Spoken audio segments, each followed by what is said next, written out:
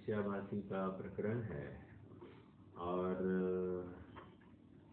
यहाँ पर निश्चयाभासी जीव की क्या क्या गलतियाँ पाई जाती है उसमें हमने पंचास्तिकाय संग्रह का भी आधार लेकर हूबहू वैसे का वैसा प्रकरण यहाँ पर पृष्ठ क्रमांक 208 और 209 पर देखा और अब थोड़ा सा आगे बढ़ने का अवसर है। निष्कर्ष इतना ही आ रहा है कि जो व्यापार आदि में निरुद्यमी वो होकर प्रवृत्ति करता है वो योग्य नहीं है, क्योंकि उसका शुभ भाव में तो प्रवृत्ति नहीं है क्योंकि बंध का कारण मान रहा है। शुद्ध उपयोग उसका है नहीं क्योंकि श्रद्धान उल्टा है। तो बैठे बैठे बस मैं शुद्ध हूँ ऐसा विचार करके क्या है तो और कितने देर हो सकता है, तो ज़्यादा देर नहीं हो सकता, तो बट नेचुरली ये अशुभ में ही इसका समय जाता होगा और वो तो तीव्र बंध का कारण है। तो बस स्वयं को व्यापार आदि का निषेध करता है, थोड़ा सा शादी ब्याह आदि में जाने का निषेध करता है और बस घर पे बैठकर भोजन आदि में ही संतुष्ट रहता है। ये कह रहे ये तो रौद्र ध्यान के प्रसंग है और रौद्र ध्यान अपने आप में तीव्र बंध का कारण बनता है। ठीक है, आइए अब पृष्ठ क्रमांक 209 पर हम थोड़ा सा आगे बढ़ते हैं। ऐसी भ्रमरूप उनकी प्रवृत्ति पाई जाती बीचों बीच। इस प्रकार जो जीव केवल निश्चयाभास के अवलंबी है उन्हें मिथ्या दृष्टि जानना, जैसे वेदांती व सांख्यमती जीव केवल शुद्धात्मा के श्रद्धानी है उसी प्रकार इन्हें भी जानना, क्योंकि श्रद्धान की समानता के कारण उनका उपदेश इन्हें इष्ट लगता है, इनका उपदेश उन्हें इष्ट लगता है। ऐसे आपको बहुत लोग मिलेंगे सेम टू सेम अपनी बातें कहते, कुछ भी फर्क नहीं। और कुछ भी फर्क नहीं कहकर क्या हुआ उसमें पड़ा तो धर्म की तो बात है, ऐसा कहकर स्वयं को भ्रमित करते हैं। देखो, जिस जीव को जो चीज अच्छी लगती है भले ही फिर वो खराब हो उसकी वो अनुमोदना किए बिना नहीं रहता है या उसका खंडन तो बिल्कुल नहीं करता है। भले अनुमोदना नहीं करे लेकिन खंडन नहीं करता है, और खंडन नहीं करता इसका मतलब अनुमोदना करता है। ठीक है, निष्कर्ष इतना ही है कि ये विरोध नहीं कर पा रहा है और वास्तविकता से दूर है। आइए, तथा उन जीवों का ऐसा श्रद्धा नहीं केवल शुद्धात्मा के चिंतन से तो संवर निर्जरा होता है, वह मुक्तात्मा के सुख का अंश वहाँ प्रकट होता है, तथा जीव के गुणस्थान आदि अशुद्ध भावों का और अपने अतिरिक्त अन्य जीव पुद्गलादि का चिंतन करने से आश्रय बंद होता है, इसलिए अन्य विचार से परान्मुख है। एक हेडिंग लिख दीजिए यहाँ पर, ये जो लाइन है ना लास्ट लाइन उसको अंडरलाइन कीजिए। क्या है? अन्य विचार से परान्मुख होना है। क्यों? क्योंकि दो प्रकार से करें, एक तो गुणस्थान आदि और ये क्या है, ये अशुद्ध भाव है। गुणस्थान आदि का चिंतन करना अशुद्ध भाव और जीव पुद्गल आदि का चिंतन करना इससे आश्रय बंद होता है। ऐसे दो तर्क ये दे रहा है। ठीक है, अब पंडित साहब उसका खंडन करने वाले हैं। बहुत जबरदस्त खंडन है। कह रहा है कि तू पर का विचार करने, इन शॉर्ट इसकी बात यही कि पर का विचार करने से आश्रय बंद होता है। सरल बात ये कहना चाहता है, पर का विचार करने से आश्रय बंद होता है।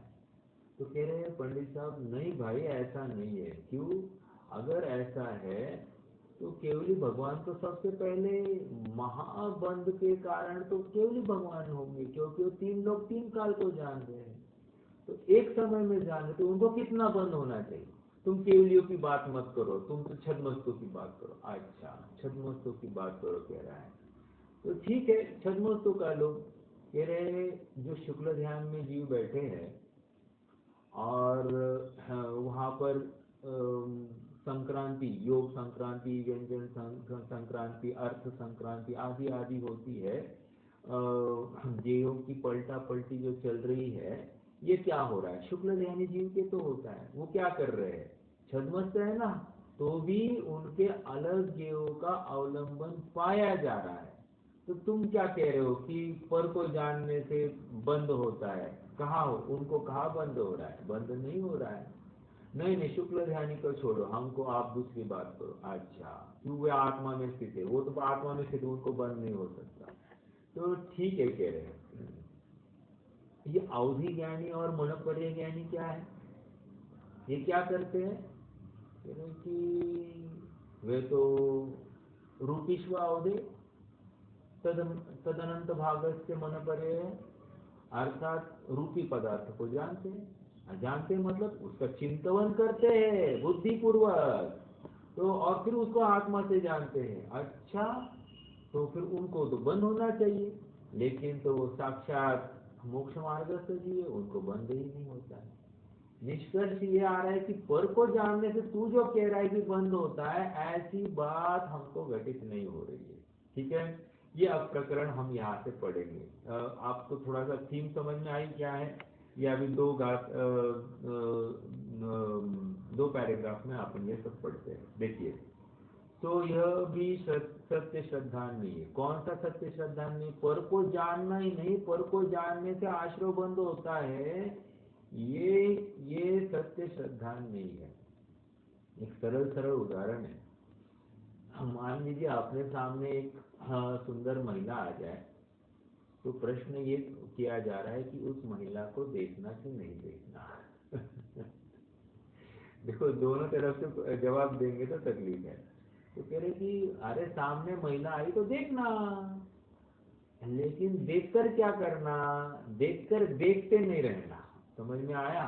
देखते रहा तो राग की बुद्धि हो गई, तो ये योग्य नहीं है। देखना, और नहीं देखेगा तो क्या होगा? तो भी तकलीफ होगी। दो बातें होगी, एक तो देखता रहेगा तो तकलीफ होने वाली है, और नहीं देखेगा तो डायरेक्ट महिला को उड़ाएगा। मतलब कह रहे कि दोनों तकलीफें है, इसलिए महिला को देखकर महिला को अवॉइड करना। सरल सरल बात थी, बस ज्ञान का गेय बन जाए और हट जाए। हाँ, तू पीछे मुड़ मुड़ के महिला को देखेगा तो समझना कि तुम्हारा विकार है। ओके, तो यहाँ पर कह जानने का विरोध नहीं, लेकिन जानकर उसमें इष्ट बुद्धि करना ये विकार का कारण है, और ये हमको स्वीकार नहीं है। ठीक है, आइए थोड़ा सा पढ़ते हैं। तो यह भी सत्य श्रद्धा नहीं है, क्योंकि शुद्ध स्वद्रव्य का चिंतन करो या अन्य चिंतन करो, यदि वितरागता सहित भाव हो तो वह संवर निर्जरा ही है। इतनी जबरदस्त बात है कि आप स्व को जानो, पर को जानो, वितराग भाव है ना, तो डोंट वरी, आपको संवर निर्जरा ही हो रही है। जबरदस्त बात। ठीक है, ये कितनी बड़ी बात है ना। मतलब हम सामायिक में बैठते हैं, पर ज्ञान का देव बना तो हटाओ इसको, हटाओ हटाओ हटाओ। हटाओ नहीं भाई, उसको जानो। वो हटाने योग्य नहीं है, क्योंकि जिस जिस समय में ज्ञान का ये जो वस्तु लिखी है वो ज्ञान में झलकने वाली है, और तुम उस गेय को हटाने की कोशिश कर रहे हो, अर्थात तुम वस्तु स्वरूप के विरुद्ध विचार कर रहे हो।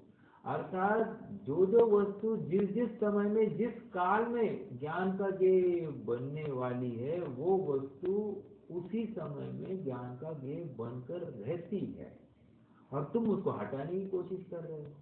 तो ये बात नहीं चलेगी, तुमको उसे जानना पड़ेगा, और जानकर उससे भेद ज्ञान इन द सेंस उसमें आसक्ति भाव नहीं करना है। ये सरल बात है।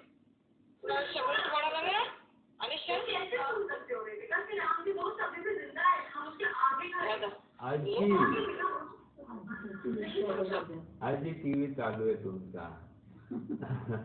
नहीं, 3 महीने तो स्पीकर चालू है। चलिए, ओके।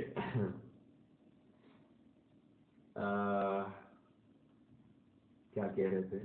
हाँ, तो जानने का विरोध नहीं है। आइए पढ़ रहे हैं यहाँ से। और जहाँ रागादि रूप भाव हो वहाँ आश्रय। देखो ये भी ज्ञान का गेय है, समझ में आया? ज्ञान का गेय होकर इसमें हमको आकुलता नहीं करनी चाहिए। जो जानने में आया जानकर, ये जानने योग्य बस ये ज्ञान का गेय है। इसने ज्ञान को साबित किया, ज्ञान को झलकाया, ये स्वीकार करना, बस ज्ञान की सिद्धि हो गई। ज्ञान की सिद्धि वही आत्मा की सिद्धि। समझ में आया? चलिए आगे बढ़ते हैं। रागादि और जहाँ रागादि रूप भाव हो वहाँ आश्रय बंध ही है।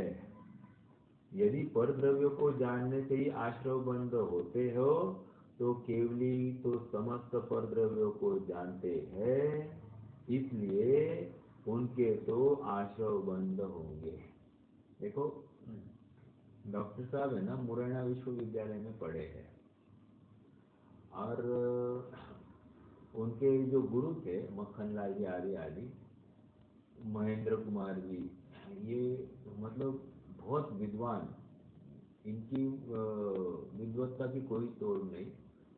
ऐसे गुरुओं को, इनको भी इन्होंने डॉक्टर साहब को प्रश्न किया कि तो केवली भगवान हमारे आगे पर ये जान रहे हैं क्या? अब ये सरवार सिद्धि के टीकाकार आदि आदि सब ऐसा प्रश्न कर रहे हैं। तो डॉक्टर साहब ने कहा हाँ जानते हैं। अच्छा, लेकिन हम क्या करने वाले उनको कैसे पता? और उनको जो पता है हमने वो किया ही नहीं, तो वो कह रहे हैं ऐसा हो नहीं सकता, वो होगी, होके ही रहेगी बात। ठीक है। और फिर केवली भगवान को सब बातें दिखती है। हाँ सब बातें दिखती है, मतलब सब अंदर की बातें दिखती है। हाँ अंदर की बातें दिखती है, मतलब वो स्त्रियों का जापा विपा सब चलता है, वो भी दिखता है। हाँ वो भी दिखता है, वो कैसे दिख सकता है? मतलब इतना विद्वान व्यक्ति, उसको तकलीफ हो गई इस बात को सुनकर। मतलब किसी गेट में इष्टपना, किसी में अनिष्टपना, ये बात सिद्ध हो रही है। और केवली भगवान जो गेट झलकता है उसको जैसा ही वैसा जानते हैं। ओके, बहुत जबरदस्त बात है, आप थोड़ा सा विचार करना। मतलब कौन किस समय में क्या कर रहा है, कौन सी गंदी बात कर रहा है, कौन अच्छी बात कर रहा है। गंदी बात को लेकर द्वेष नहीं होता, अच्छी बात को लेकर उनको राग नहीं होता। समझ में आया? किसी में ग्लानि का कोई भाव नहीं है, ऐसी सहज भाव। क्यों? आत्म स्वभाव ही ऐसा है ना, बस आत्म स्वभाव जैसा ही उनका, उनकी पर्याय हो गई है, तो इसलिए एकदम एकदम स्वस्थ है। और हमारी तकलीफ क्या है? आत्म स्वभाव जैसी पर्याय परिणमित नहीं हुई है, इसमें हीनता है, पुरुषार्थ की कमी है, इसलिए ये नहीं हो रहा है। ठीक है, देखिए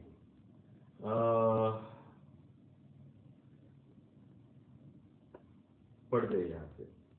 फिर वो कहता है कि छद्मस्त के तो परद्रव्य का चिंतन से आश्रय बंध होता है, सो भी नहीं है, क्योंकि शुक्ल ध्यान में भी मुनियों के छो द्रव्यों के द्रव्य गुण पर्याय का चिंतन होने का निरूपण किया है।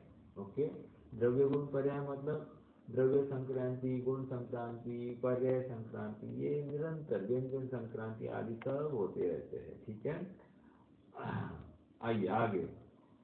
तो मुनियों का हो रहा है तो फिर उनको भी बंद मानना पड़ेगा, तो है नहीं। और देखो ये ऊपरी गुणस्थान है, सातवां गुणस्थान की बात नहीं चल रही है। ये शुक्ल ध्यान तो 8 बजे से चालू हुआ है, तो श्रेणी आरोहण का काल है, और श्रेणी आरोहण में तो अंतर्मुख में तो ऊपर चढ़ना है, और उस समय में ये सब उनके परिणाम, उनके ज्ञान का गेय बन रहे हैं। ठीक है, आइए आगे बढ़ते हैं। और अभी ये दमदार अवधि मन पर्याय आदि में परद्रव्य को जानने ही की तो विशेषता होती है।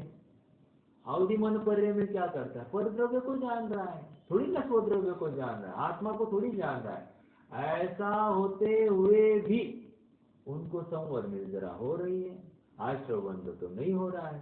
ठीक है, अब देखो और थोड़ा सा आगे कह रहे,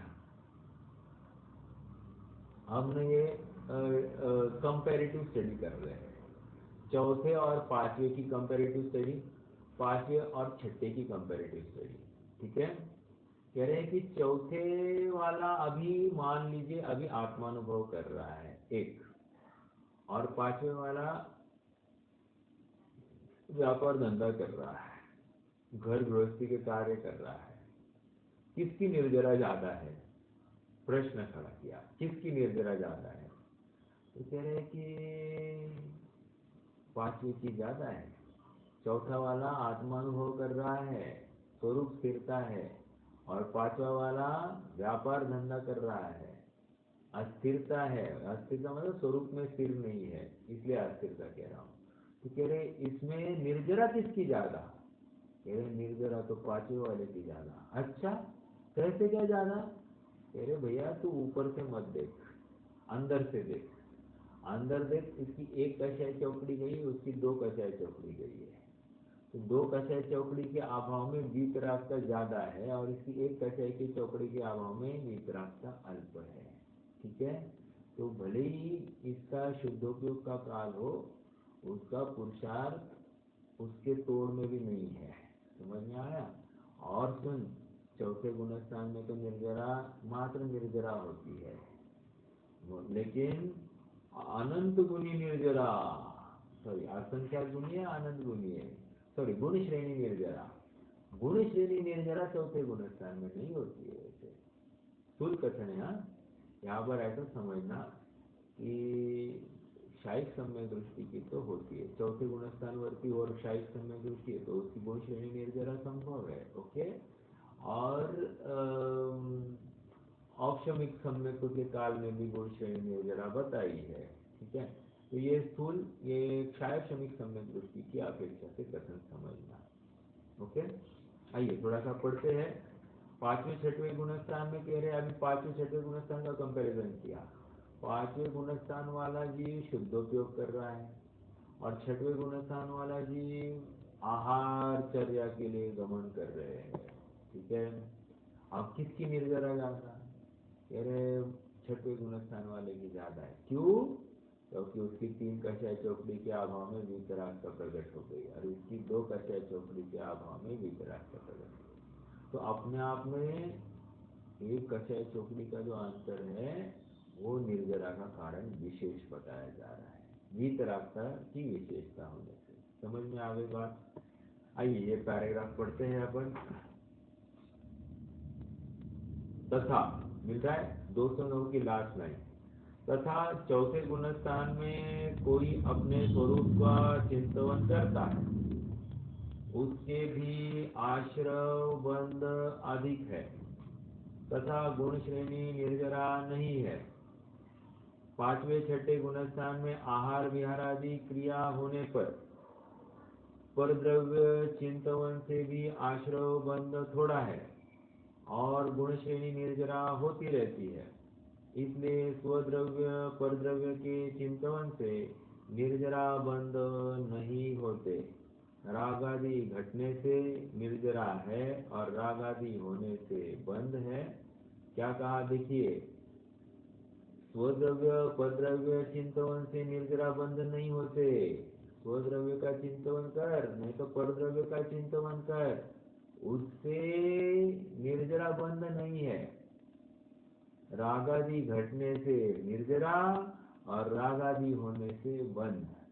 रागादि मतलब मिथ्यात्व के अभाव पूर्वक कषाय चौकड़ी का अभाव।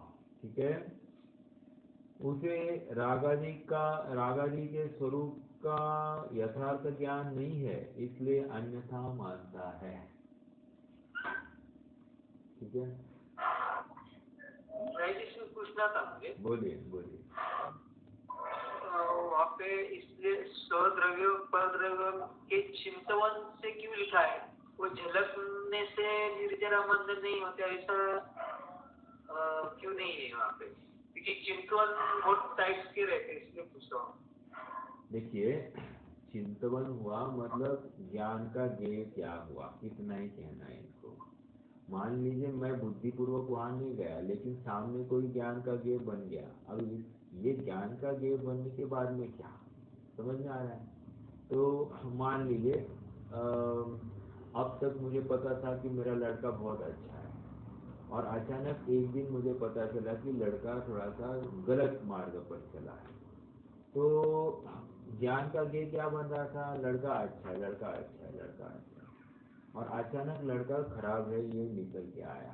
तो जो लड़के संबंधी आकुलता नहीं थी, अब अचानक आकुलता में कन्वर्ट हो गई वो बात।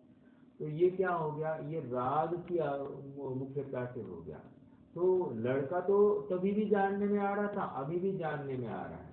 तो चिंतवन मतलब यह जानने में आना, इतना ही समझना। ठीक है, चिंतवन मतलब उसके संबंधी विकल्प करना, ये बात नहीं। और विकल्प भी करे तो भी जानने में ही आने वाला है ना, ये बात भी उतनी ही सही है। ठीक है, देखो हमको कहा जाता है पर को नहीं जानना, तुम्हें वहाँ कुछ चाहिए नहीं तो वहाँ जानने का कोई विकल्प ही नहीं करना। देखो रास्ते से लड़का चल रहा है ना, और बाप के साथ चल रहा है। छोटा बच्चा है, वो एक दुकान में एक खिलौना देखता है, पापा पापा वो क्या है?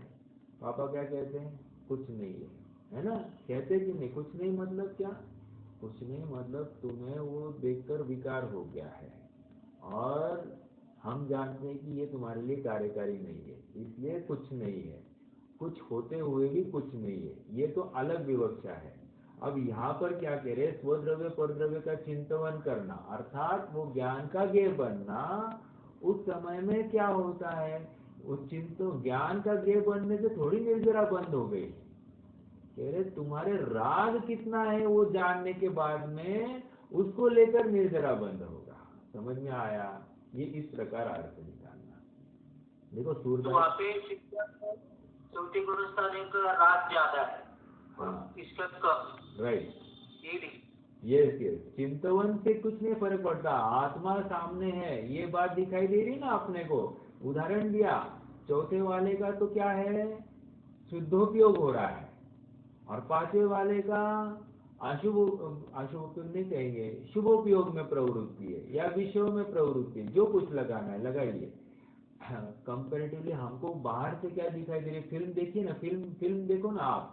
एक बैठा है यहाँ पर शुद्ध उपयोग में, एक बैठा है थोड़ा सा गृहस्थी के काम करने में। तो कौन अभी पाप में प्रवृत्ति कर रहा है?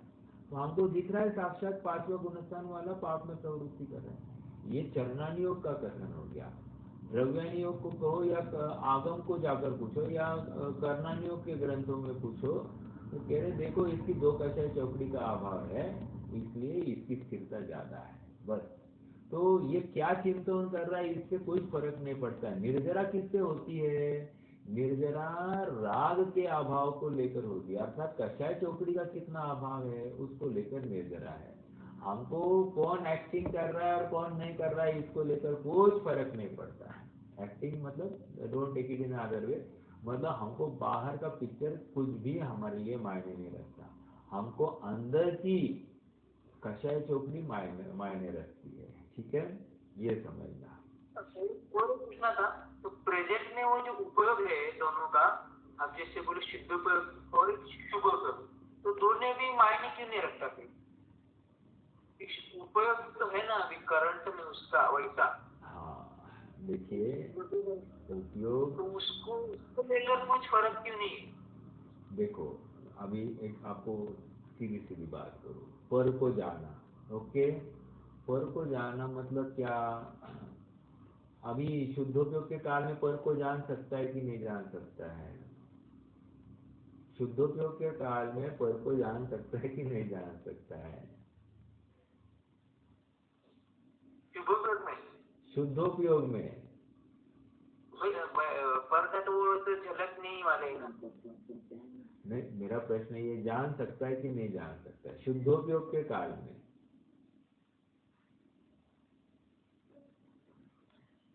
जान सकता है ना। हाँ, तो जानने में क्या हर्ज है? शुद्धोपयोग का काल में पर जानने में आ रहा है तो कोई प्रॉब्लम नहीं है। पर जाना, पर कैसे जाना? पर को पर रूप जाना, खत्म। कोई ये शुद्धोपयोग है थोड़ी ना, स्व को स्वरूप जानना ही शुद्धोपयोग है, पर को पर रूप जानना ये भी शुद्धोपयोग है। समझ में आया? फिर उपयोग क्यों कह रहे हैं? ज्ञान की अपेक्षा ज्ञान की तरफ से चारित्र का कथन चल रहा है। क्या कहा? ज्ञान की तरफ से चारित्र का कथन चल रहा है। शुभोपयोग, शुद्धोपयोग, अशुभोपयोग, ये जो कोई कथन चल रहा है, ज्ञान मुखेन चारित्र का कथन चल रहा है। तो चारित्र की बात कर रहे हैं, लेकिन अपन तो अलग बात कर रहे हैं। ज्ञान का ज्ञेय क्या है? देखो, श्रद्धा क्या कर रही है? अपने आत्मा में अपनत्व कर रही है। चारित्र क्या कर रहा है? आत्मा में रमणता का भाव कर रहा है। ठीक है। और ज्ञान क्या कर रहा है? ज्ञान पर को जान रहा है। तो कोई प्रॉब्लम है क्या? कोई प्रॉब्लम नहीं है, कोई प्रॉब्लम नहीं। तो यहाँ पर स्वद्रव्य परद्रव्य के चिंतन से निर्जरा बंधन नहीं होती है। वो तो उनको जानने में आए तो जानने में आए, इतना ही है, इसके ऊपर और कुछ नहीं। ठीक है। तो उसको लेकर बंध नहीं है। बंध राग आदि के होने ना होने से है। ठीक है। और राग आदि मतलब यहाँ मुख्यतया मिथ्यात्व का अभाव, और फिर यथा योग्य कषाय चौकड़ी का भी अभाव लेना, क्योंकि स्थिरता वैसे वैसे बढ़ती जा रही है। ठीक है भाई, हाँ। क्लियर नहीं हुआ एक लास्ट पॉइंट। सिर्फ शुद्धोपयोग में जैसे चौथा बोला था और शुभोपयोग में पांचवा, तो शुद्धोपयोग जो है उस समय उसकी स्थिरता ज्यादा होनी चाहिए। हाँ, ये अपने को लग रहा है। स्थिरता कषाय के अभाव को लेकर है, स्थिरता उपयोग को लेकर नहीं है। हाँ, इतनी बात पक्की है कि शुद्धोपयोग के काल में शुभोपयोग की अपेक्षा स्थिरता ज्यादा होती है। फिर से कहो, शुद्धोपयोग के काल में शुभोपयोग की अपेक्षा स्थिरता विशेष होती है। ये बात सही, लेकिन जब अपन दो गुणस्थान वर्तियों को कंपेयर कर रहे हैं, एक की अनंतानुबंधी का अभाव है, एक की अनंतानुबंधी और अप्रत्याख्यानावरण का अभाव है, तो हमको क्या होना चाहिए? किसकी स्थिरता होनी चाहिए ज्यादा? बस बट नेचुरल पांचवें की ही स्थिरता होनी चाहिए। हाँ, अपने को क्या लग रहा है कि वो इसकी स्थिरता ज्यादा है। देखो, चरणानियोग चौथे की शाबाशी करेगा, पांचवें वाले को शाबाश नहीं करेगा। क्यों? चरणानियोग क्रिया को मुख्य करता है, तो वो तो बराबर है, उसमें विरोध नहीं है। लेकिन चूंकि ये अब आगमोक्त कथन है, यहाँ पर तो हम कषाय चौकड़ियों को ही खड़ा करके देख रहे हैं, तो फिर बाहर की अपीयरेंस यहाँ पर मायने नहीं रखता है। ठीक है, ये यहाँ पर समझना। हमको लग रहा है ये अलग बात, लेकिन ये शुद्धोपयोग कहो, शुभोपयोग कहो, वहां पर ज्ञान का ध्येय बन रहा है। थोड़ा सा आपको और एक उदाहरण दो, उदाहरण लेकर और थोड़ा सा बात ज्ञान में आएगी। जैसे सूरदास जी थे, सूरदास जी, ओके, ये प्रकरण में हमेशा सूरदास जी को याद किया जाता है। क्योंकि डॉक्टर साहब का ये पेटेंट उदाहरण। तो वो सूरदास जी क्या थे कि 8 पहरी, कृष्ण भगवान की 8 पहरी भक्ति करते थे। 8 पहरी भक्ति मतलब हर पहर में नहाना, और नहाकर शुद्ध वस्त्र पहनकर भगवान के दर्शन करने जाना, उनकी पूजन आदि करना। और वो भक्ति मतलब बासी भक्ति नहीं, किसी और का छंद नहीं, अपना स्वयं का छंद बनाते थे और वो भगवान को पूजन के रूप में अर्पित करते थे।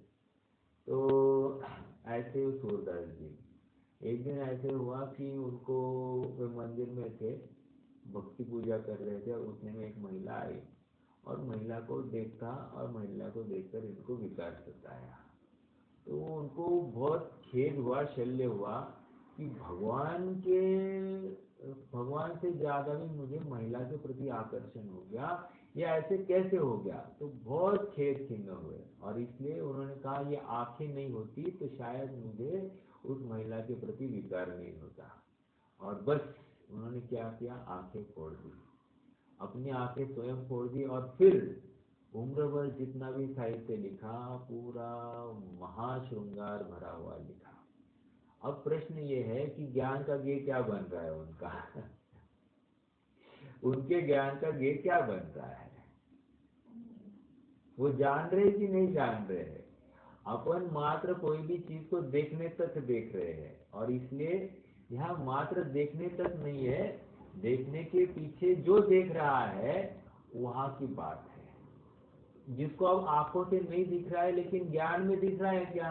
हाँ, ज्ञान में दिख रहा है ना। ज्ञान में ये दिख रहा है कि कुछ नहीं दिख रहा है। समझ में आया? कुछ नहीं दिख रहा है, ये ज्ञान में झलक रहा है ना, और ज्ञान की सिद्धि तो हो गई। समझ में आया? बाहर में कुछ दिखाई नहीं दिया, ये कहाँ से लाया? ज्ञान में जान लिया कि कुछ बाहर दिखाई नहीं दे रहा है, बस ये ज्ञान की सिद्धि हो गई। तो वहां पर ये कह रहे कि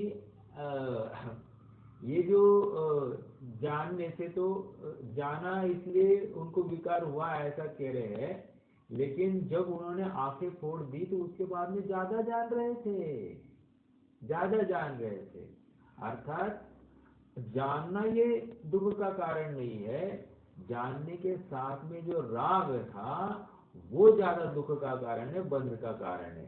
तो जो बंध का कारण नहीं है, ऐसा जानते हुए राग नहीं करना, तो निर्जरा। यही बात यहाँ पर लॉजिक से दे रहे हैं। ठीक है? हाँ भाई।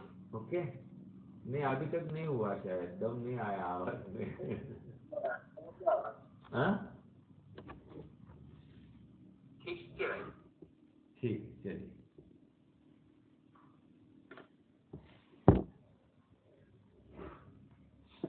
हाँ,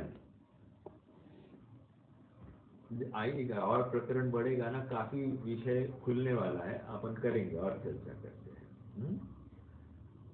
अब वह पूछता है, क्या पूछ रहा है? परमान नए निक्षेप को न उद्योत अनुभव में दिखे। क्या पूछ रहा है कि ऐसा है तो निर्विकल्प अनुभव दशा में नए प्रमाण निक्षेप आदि के तथा दर्शन ज्ञान आदि के भी विकल्प का निषेध किया है ना? परमान नए निक्षेप को न उद्योत अनुभव में दिखे। आ रही ना बात छड़ाला की? वो प्रमाण का विषय गौण हो गया, नए का विषय गौण हो गया, निक्षेप का विषय वो भी गौण हो गया। तो अब क्या बचा? अब मात्र आत्मा आत्मा आत्मा आत्मा आत्मा ही बचा है। तो ये क्यों कहा है फिर? स्वाध्याय जिनवानी में ही कहा है ना, कहीं और तो नहीं कहा है। भाई शुद्धोपयोग के काल में प्रमाण नए और निक्षेप का विषय नहीं रहता है, ये जिनवानी में कहा है। और आप तो इसको उड़ा रहे हो कि कह रहे कि प्रमाण और निक्षेप का विषय तो गौण है। तो गौण मतलब है ही नहीं, तो तभी तो अनुभव होगा, ऐसा आप स्वयं कह रहे हो। और यहाँ तो आप उल्टी बात कर रहे हो। समझ में आया? पंडित साहब ने कितना जबरदस्त तर्क उठाया है। उत्तर, जो जीव अब ये प्रमाण नए निक्षेप का विकल्प किसको नहीं करना, वो कौन सा जीव है ये पहले तुम समझो ना। सबके लिए थोड़ी एक दवा थी, अलग अलग जीवों के लिए अलग अलग दवा थी। तो ये जो जीव था ये अलग जाति का था। क्या? क्योंकि वो अभेद आत्मा को ध्यान ही नहीं रहा था, वो निरंतर विकल्प विकल्प विकल्प में ही पड़ा रहा था। इसलिए उसको कहना पड़ा, भैया विकल्प मतलब आत्मा नहीं है, विकल्प से परे आत्मा है। समझ में आया? इसलिए उसको वहां पर कहना पड़ा कि प्रमाण नए निक्षेप के आश्रित कोई आत्मानुभव नहीं होता है। ठीक है? लेकिन प्रमाण भी रहेगा, नए भी रहेगा, और निक्षेप भी रहेगा, गौण रूप से रहेगा। उसकी हर प्रकार से जानकारी इस जीव को है ही है।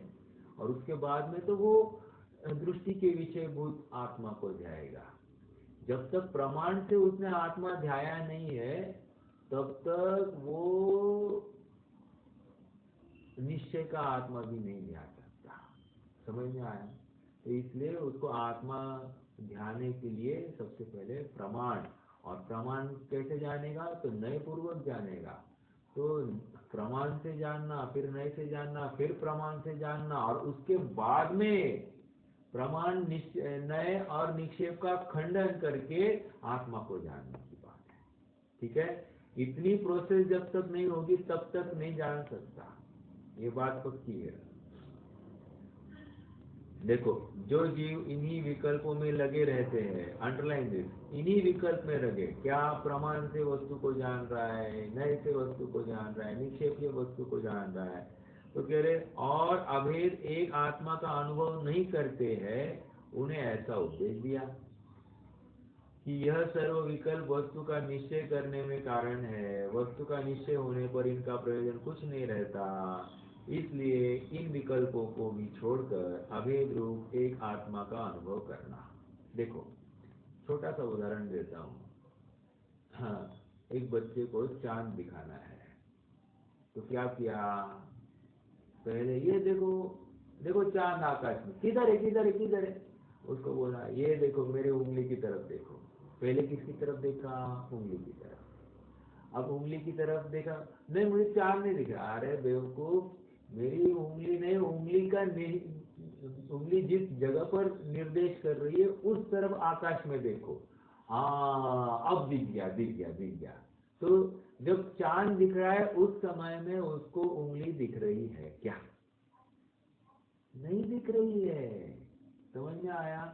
लेकिन पहले उसने उंगली के माध्यम से तो चांद देखा था ना। अब कोई ऐसा विचार करेगा अरे उंगली नहीं देखेंगे तो फिर चांद भी नहीं दिखेगा तो उसको, तो उंगली देखते रहो तो अपने आप थोड़ी देर बाद चांद दिखेगा, तो भ्रम है उसको, समझ में आया।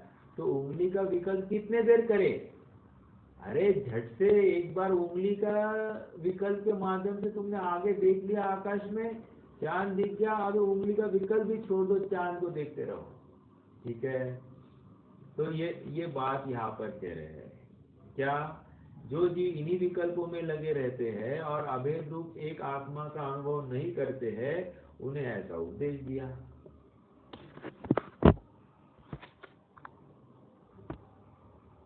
हाँ जी तो समझ में आई ये बात। आइए थोड़ा सा पढ़ते हैं।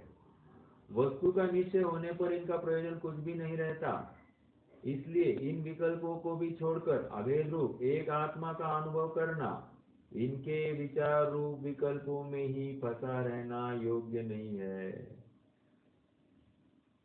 कितनी बड़ी बात है। हमको क्या लग रहा है कि इसका मतलब फिर से प्रश्न फिर से खड़ा हो रहा है कि प्रमाण नए और निक्षेप को जानना कि नहीं जानना, जानना, लेकिन जानकर उनको ही जानते नहीं रहना, क्योंकि उनके जानने रूप जो वाच्यभूत पदार्थ है उस आत्मा की प्राप्ति तुम्हारा मूल उद्देश्य था। तुमको इन विकल्पों को जानने का तुम्हारा उद्देश्य नहीं था, समझ में आया। उसका वाच्यभूत, वो जिनको दर्शाते हैं वो आत्मा को देखो, तुम उनको देखते बैठोगे तो क्या फर्क पड़ेगा, समझ में आया। आइए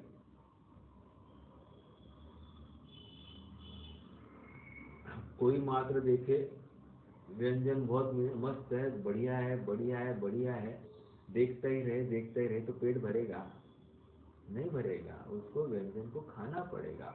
व्यंजन का विकल्प कितना देर करेगा, घी इतना डाला है, शक्कर इतनी डाली है, और हाँ, ऐसा बनाया है, ये उतनी मेहनत से बना है, ये मसाले डाले हैं, आदि आदि जो कुछ है ये सब मैंने किया है, माना, और उसकी कॉस्टिंग इतनी हो गई है। इनके विकल्पों को लेकर कुछ भी लाभ नहीं है।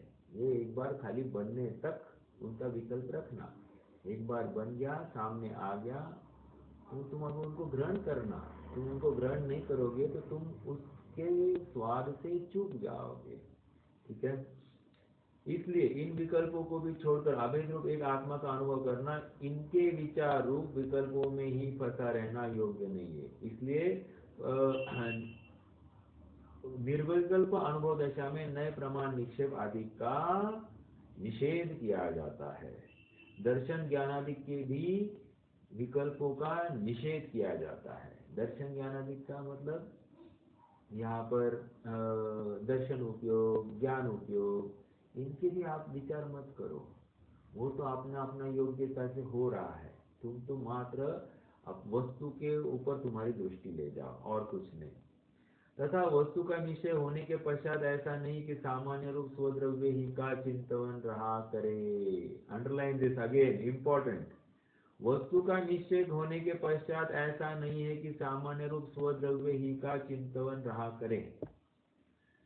स्वद्रव्य का तथा परद्रव्य का सामान्य रूप से और विशेष रूप जानना होता है, परंतु वितरागता सहित होता है, उसी का नाम निर्विकल्प दशा है। फिर से पढ़े। स्वद्रव्य का तथा परद्रव्य का सामान्य रूप और विशेष रूप जानना होता है, परंतु वितरागता सहित होता है, उसी का नाम निर्विकल्प दशा है। निर्विकल्प दशा वस्तु को, परद्रव्य को भी विशेष रूप से जाना कोई प्रॉब्लम नहीं, विशेष रूप जानने में भी अगर निर्विकल्पता है तो कोई प्रॉब्लम नहीं। आप बिल्कुल ये प्रश्न कर सकते हैं कि विशेष रूप जानने में तो विकल्प और ठहरा, तो निर्विकल्पना कैसे है? यहाँ पर राग के अभाव जनित बात चल रही है। जितने राग का अभाव उतनी निर्जरा, जितने राग का सद्भाव है वैसे देखा जाए तो वहाँ पर बंधन है, मानना पड़ेगा। ठीक है, लेकिन ये हाँ बोलिए। वितरागता रहित अगर हुआ हो तो विकल्पात्मक अनुभव है क्या फिर वो? विकल्पात्मक नहीं, वहाँ पर राग का अभाव रूप कषाय चौकड़ी का अभाव है ना, उसको यहाँ पर निर्जरा का कारण बताया जाएगा। ठीक है, अर्थात वो क्या कह रहे हैं आप थोड़ा समझिए। जितना विकल्प है ना, सचमुच ज्ञान ये बंध का कारण नहीं है। बंध का कारण क्या है? मिथ्या आवृत्ति, अरुप्रमाद, मिथ्या आवृत्ति, प्रमाद, कषाय और योग बंध है दवा। बंध के कारण क्या है? मिथ्या तो आवृत्ति, प्रमाद, कषाय, योग। तो कह रहे ज्ञान ने जाना, तो जानना थोड़ी बंध का कारण है। बंध का कारण मिथ्या तो है, आवृत्ति है, प्रमाद, कषाय है, तो उनको जाकर पकड़ो ना, इसको क्यों पकड़ रहे हो? जानने में क्या, जानने से क्या तकलीफ हो गई है? तो जान लिया बस, उपयोग बाहर हो अंदर हो हमको इसको कुछ फर्क नहीं पड़ता। राग कितना है उसको लेकर फर्क पड़ने वाला है, बस इतनी बात है। आप शुद्धोपयोग में ही अब मेरा अगला प्रश्न है, छठवें गुणस्थान वर्ती और सातवें गुणस्थान वर्ती दिए बराबर। छठवा गुणस्थान वर्ती क्या है? तीन कषाय चौकड़ी का अभाव है, ओके, शुभोपयोग में है। और सातवें गुणस्थान वर्ती का क्या है? उनके भी तीन कषाय चौकड़ी का अभाव है, लेकिन आत्मा में स्थित है। फर्क क्या है? फर्क मात्र अंदर बाहर का है, बाकी उनको बंद दोनों अवस्था में एक शरीर का ही चल रहा है। मात्र और मात्र किसका बंध विच्छुक्ति हो गई है? देव आयु का बंध नहीं होता है। सातवें में देव आयु का बंध नहीं हो रहा है, बाकी सबका जितना छठवें को हो रहा है उतना सातवें में हो रहा है। छठवें में 62 का बंध विच्छुक्ति, मतलब 62 का संवर हो रहा है और यहाँ 63 का संवर हो रहा है बस। बाकी कितनी बची? 63 निकाल दो ना, 85 बची है। 85 प्रकृतियां बची है जिनका अभी भी सातवें गुणस्थान वर्ती को आश्रय हो सकता है। ठीक है, लेकिन यहाँ पर जो बात कर रहे हैं ना, यहाँ राग का अभाव को लेकर बंध नहीं है, निर्जरा है, ये समझा रहे हैं। ओके, आप इनकी भाषा शैली समझो, क्योंकि ये यहाँ पर अध्यात्म की पुट सहित बात करना चाहते हैं। और सामने वाला क्या है? सामने वाला इस बिंदु को लेकर खड़ा है कि पर को जानना ही नहीं। तो ये वो समझा रहे हैं कि पर को नहीं जानने से तुम्हारा बंध नहीं हो रहा है, तुम्हारी निर्जरा नहीं हो रही है। पर को राग रूप जानने से तुम्हें बंध हो रहा है, और पर को वितराग रूप जानने से तुम्हारी निर्जरा ही हो रही है, ये समझा रहे हैं। आप पकड़ पा रहे हैं क्या मेरी बात को? शुद्धोपयोग शुभोपयोग इज इमटेरियल राइट नाउ। यहाँ पर किस प्रकार जान रहा है उसको लेकर सब बात चल रही है। हमको क्या लग रहा है कि शुद्धोपयोग में हो तो ही अच्छा, ऐसा नहीं है ये कह रहे।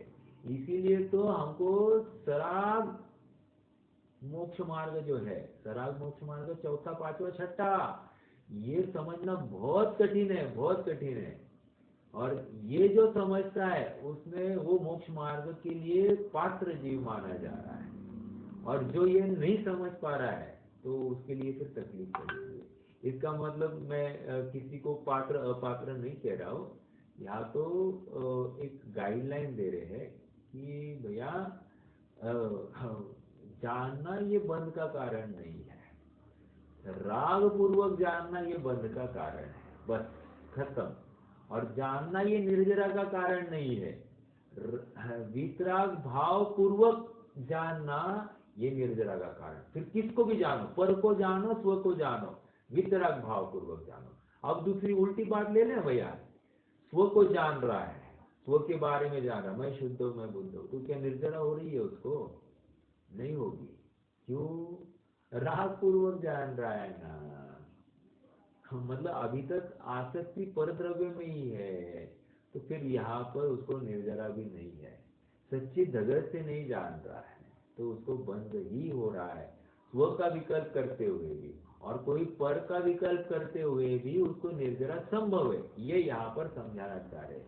क्योंकि इस सामने वाले जीव की प्रॉब्लम क्या है, पर को जानना ही नहीं, पर को जानना ही नहीं, पर को जानना ही नहीं, इतना ही इसको ये है। पर को जानने से बंद होता है, स्व को जानने से निर्जरा होती, ये थॉट प्रोसेस में आया है, जो कि योग्य नहीं है कह रहे हैं। आप उस प्रश्नकार की विचारधारा को आप संलग्न कीजिए स्वयं को, तो वो कह रहे कि ये इस थॉट प्रोसेस का हुआ है, और ये थॉट प्रोसेस योग्य नहीं है।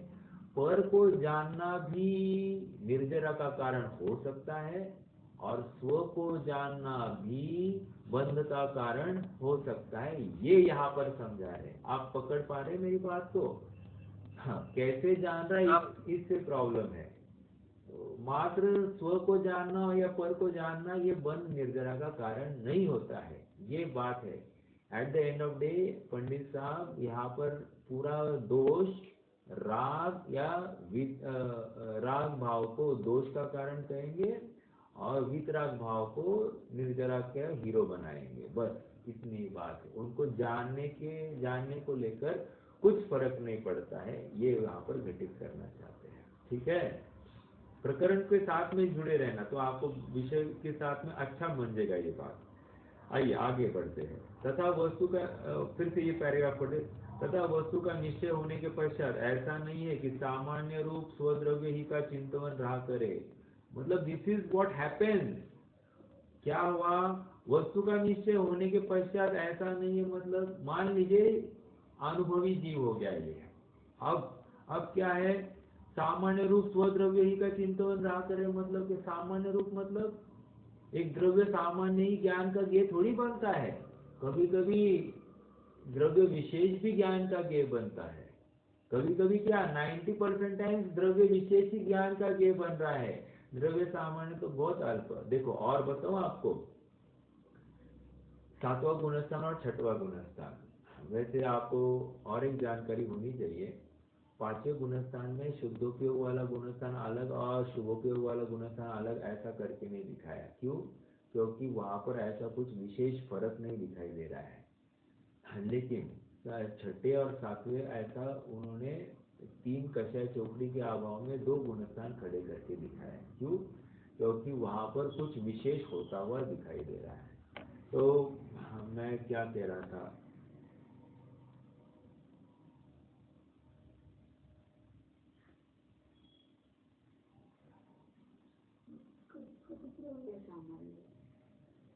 हाँ ये कह रहा था द्रव्य सामान्य और द्रव्य विशेष, बराबर।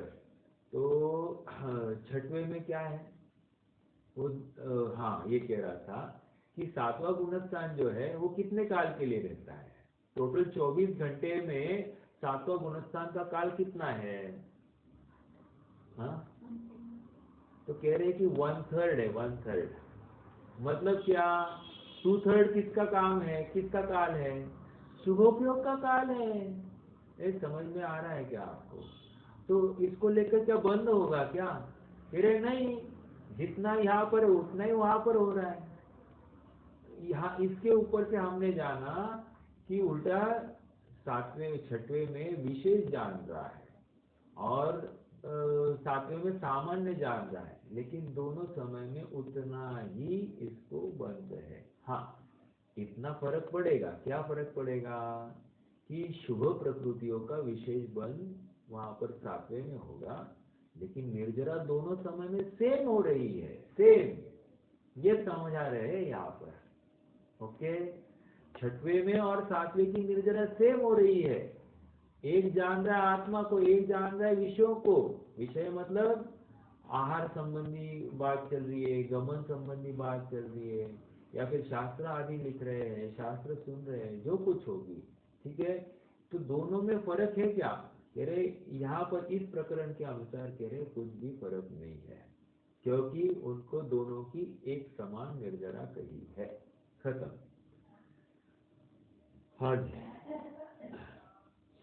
फिर वहां प्रश्न है, क्या पूछ रहा है देखिए। यह तो बहुत विकल्प हुए, निर्विकल्प संज्ञा कैसे संभव है? कह रहा है अनेक गेय को जानना हुआ तो निर्विकल्पपना कहाँ रहा? ये अभी भी यही बात पकड़ के बैठा है कि निर्विकल्प अवस्था में निर्जरा और विकल्पात्मक अवस्था में बंद, यही इसकी धारणा है। तो पंडित साहब वही तो धारणा तोड़ना चाह रहे हैं कि विकल्प की अवस्था में भी निर्जरा संभव है और निर्विकल्प की अवस्था में तो वहां पर बंद होता ही नहीं है, सच्ची निर्विकल्पना हो तो। ठीक है, देखो अभी जवाब इसका उत्तर, निर्विचार होने का नाम निर्विकल्प नहीं है। निर्विचार होने का नाम निर्विकल्प नहीं है, क्योंकि छद्मस्त के जानना विचार सहित है। हमारा जानना कैसा है? निरंतर विचार करना ही पड़ता है। और छद्मस्त मतलब 12वें गुणस्थान तक विचार ही करना पड़ेगा। ठीक है, उसका अभाव मानने से ज्ञान का अभाव होगा, तब जड़पना होगा, तो आत्मा के होता नहीं है, इसलिए विचार तो रहता है। विचार मतलब जानना, ज्ञान उपयोग, ज्ञान उपयोग, ज्ञान उपयोग, वो तो निरंतर रहेगा। ठीक है, तथा यह कहे कि सामान्य का ही विचार रहता है, विशेष का नहीं, तो सामान्य विचार तो बहुत काल रहता नहीं है, विशेष की अपेक्षा बिना सामान्य का स्वरूप भाषित नहीं होता। आई ना बात? देखो, ज्ञानम प्रत्यक्षानम हमको यही समझाया है, ज्ञान ही प्रत्याख्यान है। तो ज्ञान प्रत्याख्यान है मतलब क्या? जब हमने विशेष जाना तब जाकर ही तो परवस्तु का त्याग हुआ। जब हम हमको विशेष जानने में नहीं आया तो हमने परवस्तु का त्याग कैसे किया? देखो एक एग्जाम्पल दिया, मान लीजिए किसी को कहा पानी बहाया मत करो, बहुत पाप होता है, बहुत हिंसा होती है, बहुत जीवों का घात होता है। तुमने देखे क्या? नहीं देखे। कहाँ होते हैं? हमको तो कुछ दिखाई नहीं देता। तो वो मानता ही नहीं है। तो फिर उसको बोला चलो भाई लेबोरेटरी में चलो।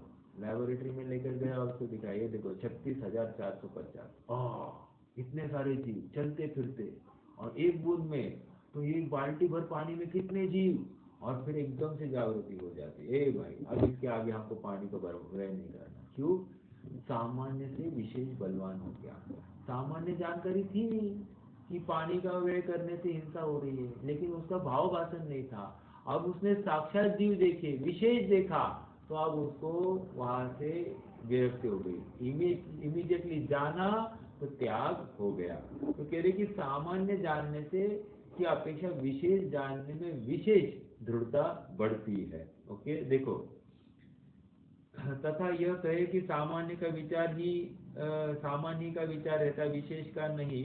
तो सामान्य मतलब, हाँ, ये अभी भी ये कह रहा है कि निर्जरा होने के लिए सामान्य का विचार जरूरी है और विशेष का विचार जरूरी नहीं है, वो बंध का कारण है। लेकिन यहाँ पर पंडित साहब फिर से कह रहे हैं, देखो सामान्य तुम कितने देर में शुद्ध हो या आत्मा का अनुभव कितने देर रहता है? Hardly fraction of second. उसके बाद में क्या है? मिनटों तक 48 मिनटों तक कुछ कम 48 मिनटों तक तुम्हारा शुभोपयोग हो सकता है। तो कितना स्पैन गया तुम्हारा शुभोपयोग में और कितना स्पैन गया शुद्धोपयोग में, तो वो काल का क्या कर रहे हो। तो वो काल में भी लॉजिकली निर्जरा होती है। ठीक है। तथा वो यह कहे कि सामान्य का ही विचार रहता है, विशेष का नहीं। तो सामान्य का विचार तो बहुत काल रहता नहीं और विशेष की अपेक्षा बिना सामान्य का स्वरूप भाषित होता नहीं। इसलिए विशेष जानने के लिए तो मुनिराज भी विशेष जानते हैं। तो तुम क्या कर रहे हो। ओके, अब फिर से उसका एक तर्क खड़ा हुआ है, एकदम मजबूत तर्क लेकर आया है। तथा वो यह कहे कि अपना ही विचार रहता है, पर का नहीं।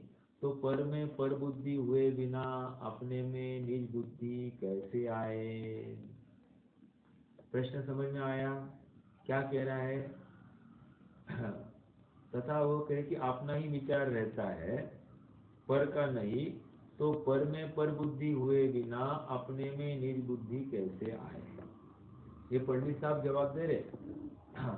क्या पर में पर बुद्धि हुए बिना अपने में अपनत्व बुद्धि कैसे होगी। यहाँ पर एकत्व विभक्त आत्मा की बात चल रही है और वहाँ कहता है समय सार में ऐसा कहा है, भावये भेद विज्ञान मिदमिच्छन्न धारया मिदमच्छन्न धारया मच्छिन्न धारया तावद्यावत् पराचुत्वा ज्ञानम ज्ञाने प्रतिष्ठते।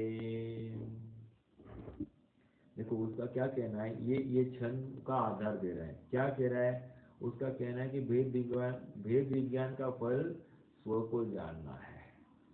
स्व को जानने तक भेद विज्ञान करना है, पर ये मैं नहीं हूँ ऐसा भेद विज्ञान तुम्हें तब तक करना है जब तक स्व में तुम स्वयं को स्थापित नहीं करते हो। ये उसका कहना है। अब पंडित साहब उसका अर्थ खोल रहे हैं। भेद ज्ञान को तब तक निरंतर भाना जब तक पर से छूटकर ज्ञान में स्थित हो। इसलिए भेद ज्ञान छूटने पर का जानना मिट जाता है, केवल आप ही को आप जानता रहता है। इसका अर्थ क्या है मालूम है, पर को पर रूप जानना और स्व को स्वरूप जानना। ठीक है। क्या कहा, पर को पर रूप जानना और स्व को स्वरूप जानना। लेकिन यहाँ पर जानना छूटता नहीं है, पर को राग से जानना छूटता है। क्या क्या क्या कह रहे हैं, भावे भेद विज्ञान मिदमिच्छन्न धारे। कह रहे पर को जान, किसी न किसी को जानना तो चलता ही रहता है और राग पूर्वक जानने का निषेध है। इस श्लोक का अर्थ इतना ही है, पर को जानो नहीं तो वो स्व को जानो, राग पूर्वक नहीं जानने की बात है। एटलीस्ट पर को, स्व को राग पूर्वक जान तो इसमें विरोध नहीं है, उल्टा स्व में राग होता ही है।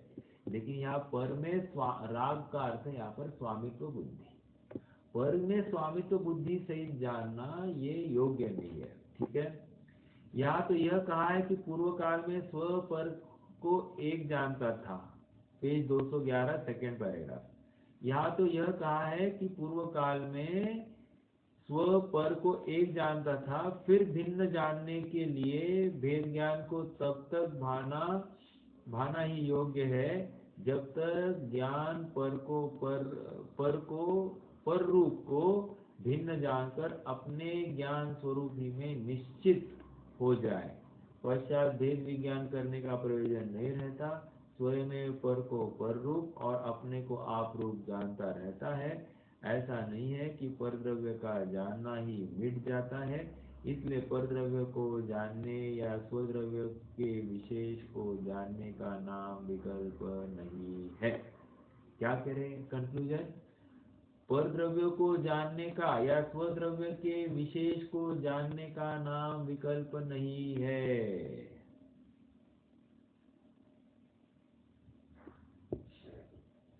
यहाँ पर इतना ही है कि स्वद्रव्य को कैसे जान रहा है, स्वद्रव्य के विशेष को कैसे जान रहा है, और परद्रव्य को कैसे जान रहा है, परद्रव्य के विशेष को कैसे जान रहा है। बस पर को पर रूप जान लिया, खत्म हो गई बात, और स्व को स्वरूप जान लिया, ये बात खत्म हो गई। ऐसा होते हुए भी राग तो छूटना चाहिए। ठीक है, अब तो किस प्रकार है सो कहते, इतना पैराग्राफ करते हैं और फिर रुक जाएंगे। राग द्वेष किसी गेय को जानने में उपयोग लगाना, राग द्वेष वश किसी गेय को जानने में उपयोग लगाना और किसी गेय को जानने से छुड़ाना, इस प्रकार बारंबार उपयोग को भ्रमाना, इसका नाम विकल्प है।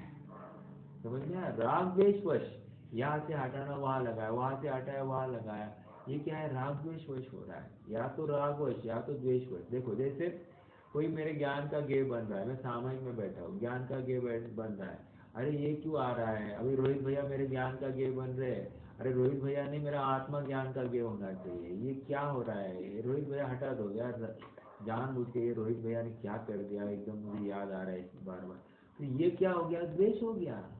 समझ में आया? हाँ मैं शुद्ध हूँ, मैं बुद्ध हूँ, हाँ ऐसा ऐसा चिंतन ठीक है, ये चिंतन अच्छा है, ये राग हो गया। ऐसा चिंतन ये भी एक विकल्प है, राग पूर्वक ये चिंतन भी विकल्प है और द्वेष पूर्वक वो चिंतन भी विकल्प है। ये यहाँ पर समझा रहे। ये समझ में आ गई क्या बात?